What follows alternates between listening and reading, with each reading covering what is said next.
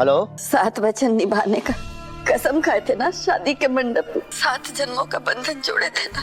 अरे कम से कम 1 जन्म तो निभा लेते साथ रह के। ऐसे ही अकेले छोड़ के चल दिया हमें भगवान भरोसे। ये भी नहीं सोचे ना कि हम पे क्या बीतेगी। हमने तुम्हें जानबूझकर कहाँ छोड़ा है इंदु, हमें तो मजबूरी वश घर छोड़ना पड़ा, पर फिर भी हमें ऐसे नहीं करना चाहिए था। माफ करना हमें। आंसू पोंछ लो, आ रहे हैं हम वापस।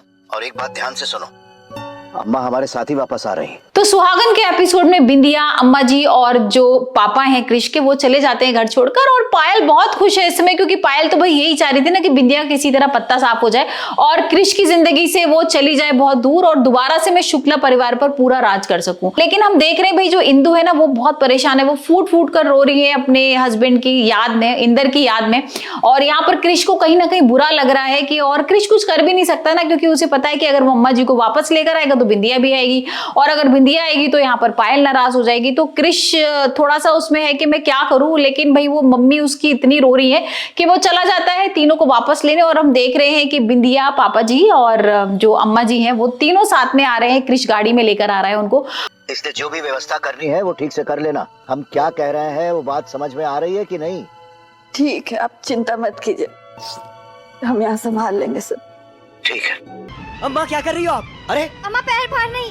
अरे अम्मा, बेटा गाड़ी रोको, गाड़ी रोको। अम्मा, अम्मा, अम्मा, अम्मा, अम्मा। अभी अम्मा कहाँ चली गई? और यहाँ पर एक सीन है कि जो अम्मा जी है ना, वो पुराने गाने बहुत पसंद करती हैं, और वो गाना चल रहा है डेक पर, और बिंदिया गाना स्टार्ट कर देती है और क्रिश को गुस्सा आता है। क्रिश गाने को बंद कर देता है, और इतने में अम्मा जी फिर पीछे से ना क्रिश को मारने लगती है कि अरे अरे गाना चला, और वो पुराना गाना फिर दोबारा चला देता है।